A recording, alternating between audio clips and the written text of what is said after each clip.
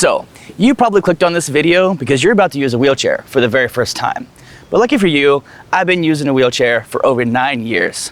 And I'm gonna teach you my best pushing techniques for your first time.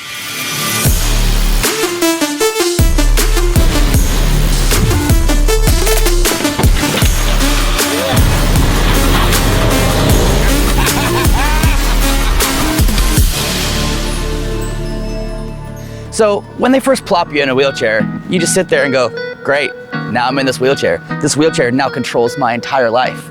But the truth is this wheelchair, when used correctly, can be the key to your freedom and independence. So one of the things you want to make sure you do when pushing is have the proper grip placement and pushing technique. So when you push, you don't want to start at the very, very top of your push rim. You actually want to start a little bit behind your push rim, and that gives you more power and more momentum each push.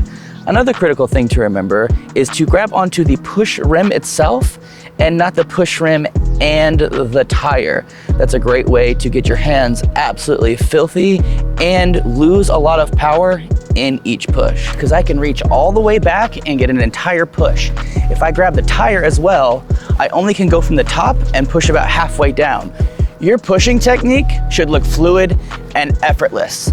And throughout the day, your goal should be to have as little amount of pushes as possible. And the way you do that is with long, deep pushes, and you want to coast as much as possible between each push. The way that this is achieved is through the oval pattern I am making with my hands as they move through the push, with my torso leaning forward with each push. The more core strength you have, the more you can lean forward and get bigger pushes so you can coast even more. You want to avoid short, quick pushes because you're just wasting your shoulders at this point. You also want to make sure you avoid leaving your hands on the push rims at all times. Each push, you want to let go of the push rim. Not only is it incredibly inefficient, you look real stupid doing it. Wow. A lot of people ask me, hey Richard, how come you don't use wheelchair gloves? Well, first, I don't think they're very fashionable at all. And secondly, I don't push enough miles throughout the day to warrant them. If I was an individual that actually commuted in my wheelchair, like I know people that commute 5 to 6 miles a day on their wheelchair, then yeah, gloves will be necessary. For average, everyday use, I think wheelchair gloves are pretty unnecessary and rather unfashionable. During this process, it's good to set goals for yourself, such as being able to push up a hill on your own or being able to cross a crosswalk in the right amount of time without getting hit by a car. Pushing is not just technique, it's design too. If you notice, I'm seated fully upright in my custom-made prosthetic. You want to make sure that the wheelchair is not just fit to you, but you fit in your wheelchair. If you notice, I'm tight and put together. I'm sitting up straight, my knees are in front of me, my feet in front of my knees. Everything is perfect, trim, proper, where it's supposed to go. Don't slouch. If you can't sit up properly in your wheelchair, you need to go to a seating clinic and get it adjusted. Make sure you don't sit up too high. You notice that my chair has a bucket to it, which means that this part and this part are at different heights. A good rule of thumb is to make sure that your hands, while seated, can touch the top of your hubs. If your axle is too far back, you're gonna wanna push it as far in front as you can without making the wheelchair unstable. The reason why it's good to have an axle that's forward and underneath you is good for wheelies, but if you put the axle too far forward, you're gonna create an unstable wheelchair that looks like this every time you push.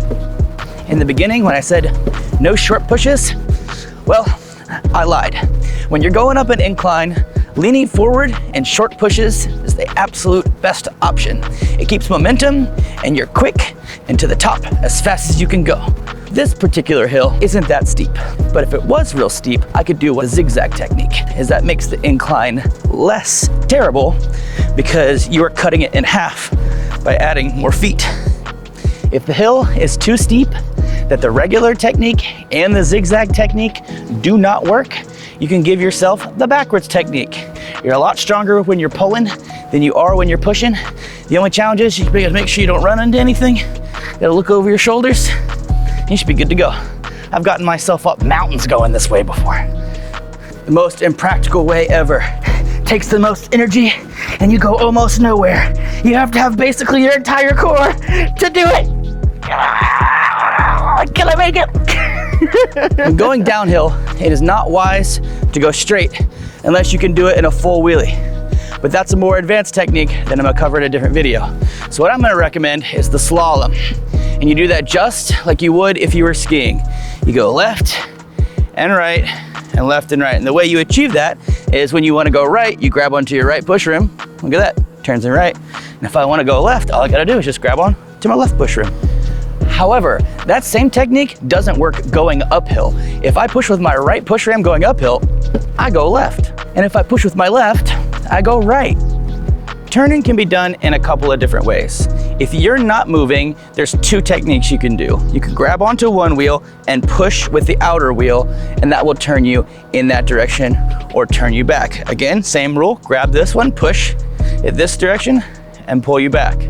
I personally like the second technique I'm about to show you because you can perform it in tighter spaces. You pull on the one you want to go the direction with, and you push with the other one. So if I want to turn completely, I'll move just like this, or I'll go down and I'll turn this direction.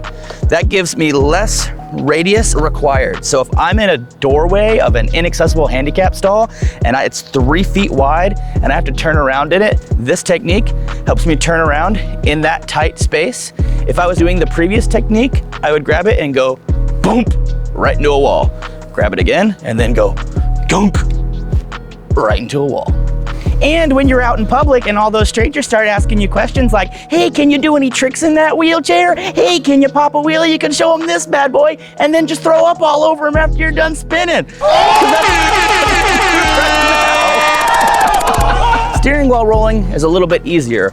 All you just have to do is if you want to go this direction, you push with this hand just a little bit more. If you want to go this direction, you push with this hand just a little bit more. This is also really helpful on slopes. Imagine I'm behind a wall. Build the wall. What I like to do is push up and then I just drag my hand across the wall and it pulls me right across. So this technique is not really practical unless you've got something in your hand, like you're at home and carrying a hot glass of tea and you don't want to put it in your lap. But this is called environmental pushing, where you use the environment to propel you. The ultimate way to get a, whoa, slow down there, speeder, you're gonna get a ticket, is to swoop around the corner like this and just keep on zooming. Whoa. And those are stairs. A secret you guys don't know about that I'm kind of afraid to tell anybody is that one day I want to be a roulette. But they won't let me on their dance team. How unfair. So you might be thinking to yourself, Richard, I thought this was a pushing video. What in the world are you doing opening up doors?